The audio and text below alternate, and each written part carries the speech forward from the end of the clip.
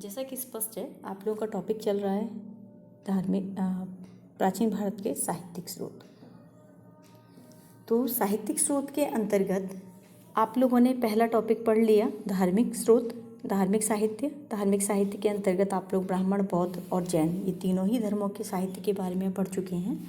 अब आपको दूसरा पढ़ना है धर्मेतर साहित्य। धर्मेतर साहित्य का मतलब है धर्म से इतर साहित्य, जिसका विषय धर्म नहीं है वह साहित्य, जिसमें धर्म के स्थान पर मानव जीवन की अन्य भावनाओं के बारे में जो साहित्य लिखा गया है। तो स्वाभाविक है यह साहित्य हमें अनेक जानकारियाँ प्रदान करता है। अब धर्मेतर साहित्य को भी हम 3 भागों में बांटते हैं: लौकिक एवं अर्ध ऐतिहासिक साहित्य, ऐतिहासिक साहित्य और क्षेत्रीय भाषाओं का साहित्य। आप लोगों को ध्यान होगा, मैंने उसके अंतर्गत आप लोगों को पहले जो टेबल दी थी उस टेबल के अंतर्गत ये आपको विभाजित करके बताया है। अब इसके अंतर्गत हम धर्मेतर साहित्य के अंतर्गत हम पहला टॉपिक लेते हैं लौकिक एवं अर्ध ऐतिहासिक साहित्य। लौकिक साहित्य यानी कि ऐसा साहित्य जिसके विषय लौकिक होते हैं, जिसका उद्देश्य अन्य विषयों का प्रतिपादन है, वो विषय कोई भी हो सकते हैं। और अर्ध ऐतिहासिक वह साहित्य जो इतिहास की किसी एक घटना पर आधारित है, यानी कि उसमें कुछ या फिर हमें इतिहास की कुछ जानकारी प्राप्त होती है, वो पूरी तरह ऐतिहासिक नहीं होता वह। अब इसके अंतर्गत हम समय के अनुसार साहित्य को चुनते हैं। पहला, पाणिनि की अष्टाध्यायी। पाणिनि की अष्टाध्यायी व्याकरण शास्त्र का ग्रंथ है। यह व्याकरण का प्रथम ग्रंथ कहा जाता है। 6वीं शताब्दी ईसा पूर्व में इसकी रचना हुई।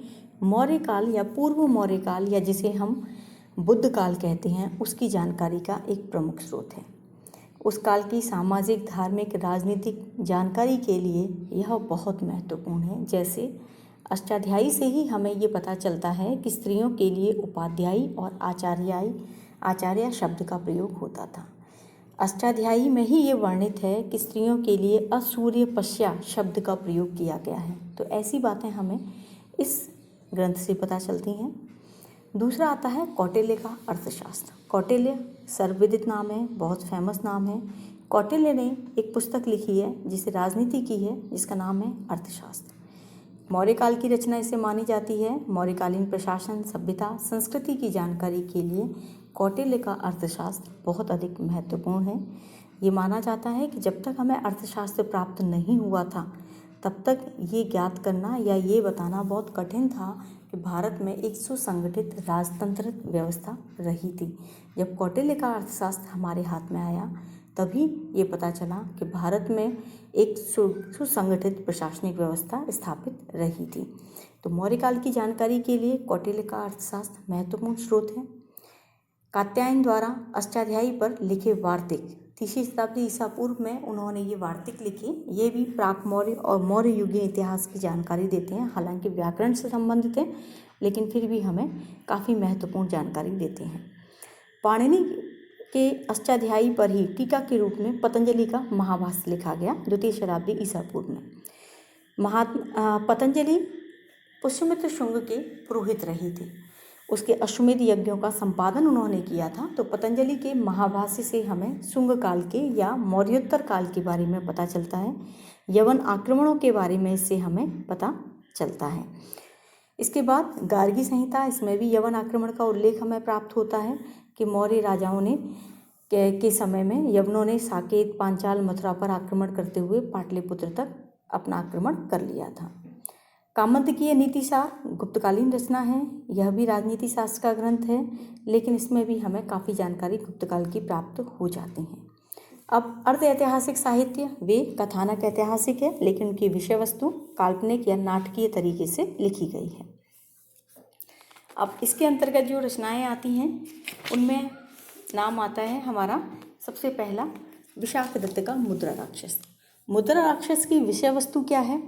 विषय वस्तु है कि जैसे चंद्रगुप्त मौर्य ने चाणक्य के साथ मिलकर नंद राजा को हटाकर गद्दी को प्राप्त किया, उस विषय वस्तु पर आधारित है। लेकिन इसमें हमें कूटनीतिक षड्यंत्र, प्रतिषड्यंत्र, इन सब की जानकारी भी हमें प्राप्त हो जाती है। इसकी रचना 6वीं या 7वीं शताब्दी के लगभग हुई होगी। दूसरा, कालिदास के द्वारा लिखा गया रघुवंश और मालविकाग्निमित्रम। रघुवंश ये मानते हैं विद्वान कि 14वीं शताब्दी ईस्वी में यानी कि गुप्त काल में लिखा गया। समुद्रगुप्त की दिग्विजयों को ध्यान में रखते हुए कालिदास ने रघु की विजयों से उसे जोड़ने का प्रयास किया। तो समुद्रगुप्त की जानकारी भी प्राप्त हो जाती है, तत्कालीन समाज की जानकारी भी प्राप्त हो जाती है। मालविका अग्निमित्रम, मालविका और पुष्यमित्र शुंग के पुत्र अग्निमित्र की प्रेम संबंधों की कहानी है, लेकिन इसमें भी हमें अनेक ऐतिहासिक सामाजिक घटनाओं की जानकारी प्राप्त होती है। इसके अलावा सोमदेव का कथासरित सागर, कहानियों की भरमार है इसके अंतर्गत, लेकिन जहाँ मैंने आपको पहले भी बताया जहाँ कहानियाँ होती हैं वहाँ सामाजिक, धार्मिक, आर्थिक, इतिहास की जानकारी का बहुत महत्वपूर्ण स्रोत होती हैं। तो अगर हमें 10वीं शताब्दी का इतिहास अच्छे से जानना है तो सोमदेव का कथासरित सागर हमारे पास एक बहुत अच्छा स्रोत है। इसके अलावा शूद्रक की मृक्षकटिकम संस्कृत का प्रथम यथार्थवादी सामाजिक नाटक कहा जाता है और इस नाटक से हमें गुप्तकालीन सामाजिक, राजनीतिक और धार्मिक स्थितियों की जानकारी प्राप्त होती है। इसी प्रकार से भास का वासवदत्ता है, इससे तत्कालीन समाज की जानकारी हमें प्राप्त होती है। तो इस तरह के जितने भी ग्रंथ हैं, हालांकि इसके अलावा अनेक ग्रंथ हैं जिन सब का नाम यहाँ देना संभव नहीं है, अतः आपको कुछ के बारे में ही बताया जा रहा है। धार्मिकेतर साहित्य की कड़ी के अंतर्गत ही दूसरा स्थान आता है ऐतिहासिक साहित्य का, यानी कि वह साहित्य जिनमें ऐतिहासिकता को या ऐतिहासिक विषय को लेकर जो लिखी गई हैं। अब अगर भारतीय लेखन शैली देखें तब तो पुराणों को इसके अंतर्गत हम जोड़ सकते हैं, लेकिन पुराणों को इसके अंतर्गत आज के समय में नहीं माना जाता। पुराण भी क्या है, राजवंशों का इतिहास ही है, देवताओं का इतिहास ही है। भारत का प्रथम ऐतिहासिक ग्रंथ, मैंने आपको पहले वीडियो में भी बताया था, प्रथम ऐतिहासिक ग्रंथ माना जाता है कल्लड़ की राजतरंगिणी। कल्लड़ ने कश्मीर का इतिहास 12वीं शताब्दी में लिखा और उसने प्रारंभ से 12वीं शती तक का इतिहास इसमें क्रम से लिखने का प्रयत्न किया है। काफ़ी हद तक उसके द्वारा जो कश्मीर का इतिहास दिया गया वो ठीक भी है। तो ऐसे में इसे भारत की प्रथम ऐतिहासिक पुस्तक कहा जाता है। इसके अलावा बाणभट्ट का हर्षचरित, बाणभट्ट वर्धन वंश के हर्षवर्धन के दरबारी कवि थे, तो उन्होंने जब तक वो दरबार में रहे तब तक हर्षवर्धन के पूरे समय का लेखा जोखा लिखने का प्रयत्न किया और उससे पूर्व के भी, उसके पहले पिता इत्यादि, परदादा इत्यादि के बारे में भी लिखा है। तो ऐसे में वर्धन वंश के इतिहास को जानने का बहुत महत्वपूर्ण स्रोत है हमारे पास बाणभट्ट का हर्षचरित। हर्षचरित के अंतर्गत हमें तत्कालीन राजनीति, समाज, धर्म इत्यादि का प्रमाणिक वर्णन प्राप्त होता है। जैसे हर्षचरित से ही हमें पता चलता है कि राजश्री सती होना चाहती थी, एक तरह से साहित्यिक प्रमाण है सती प्रथा का, उस काल का। इसके अलावा वाकपति राज का गौडवहु, गौडवहु एक ग्रंथ है जिसकी रचना वाकपति राज ने प्राकृत भाषा में की और इस ग्रंथ में कन्नौज के राजा यशोवर्मन की विजयों का वर्णन दिया गया है। तो इसके अंतर्गत भी विजयों के अलावा हमें अन्य जानकारी भी प्राप्त होती है। इसी प्रकार से पद्मगुप्त परिमल का है नवशाहसांक चरित, कल्याणी के चालुक्य वंश के बारे में इससे हमें जानकारी प्राप्त होती है। इस प्रकार से बहुत सारे ग्रंथ हैं जो कि ऐतिहासिक दृष्टि से हमें जानकारी देते हैं।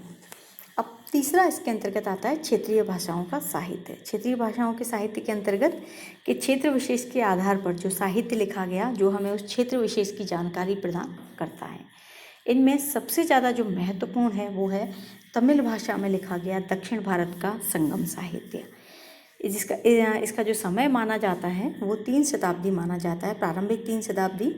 यदि हमें चोल, चेर, पांड्य या सुदूर दक्षिण के प्राचीन इतिहास की जानकारी प्राप्त करनी है तो हमें संगम साहित्य ही इसका एकमात्र स्रोत प्राप्त होता है। चोल, चेर, पांड्यों की संपूर्ण जानकारी या उस काल की समकालीन आर्थिक, राजनीतिक, सांस्कृतिक जानकारी का एकमात्र स्रोत है।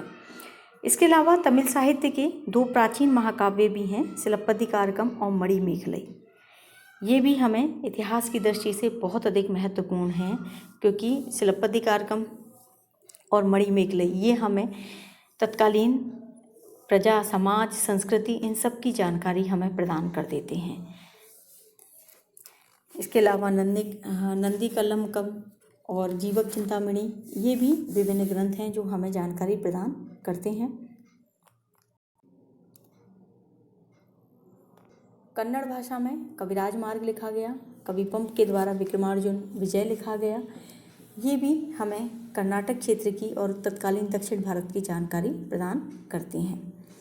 राजस्थान में रासो काव्य ग्रंथ प्राप्त होते हैं, जिनमें चंद्रबरदाई द्वारा पृथ्वीराज रासो लिखा गया, जो पृथ्वीराज तृतीय और उसके काल की महत्वपूर्ण घटनाओं के बारे में बता देता है। इसी प्रकार से नरपतिनाल द्वारा बीसलदेव रासो लिखा गया। जगनिक ने कुमार रासो और परमल रासो लिखा है। कुमार रासो का लेखक अज्ञात है, यानी कि उसका नाम पता नहीं चलता। इसके अलावा बल्लाल का भोज प्रबंध है। इस तरह से विभिन्न ग्रंथ हैं जो हमें जानकारी प्रदान करते हैं, लेकिन सबसे ज़्यादा महत्वपूर्ण है कि इन ग्रंथों के सावधानी से अध्ययन करने की आवश्यकता है, तभी हम इनमें से प्रामाणिक जानकारी प्राप्त कर सकते हैं। धन्यवाद।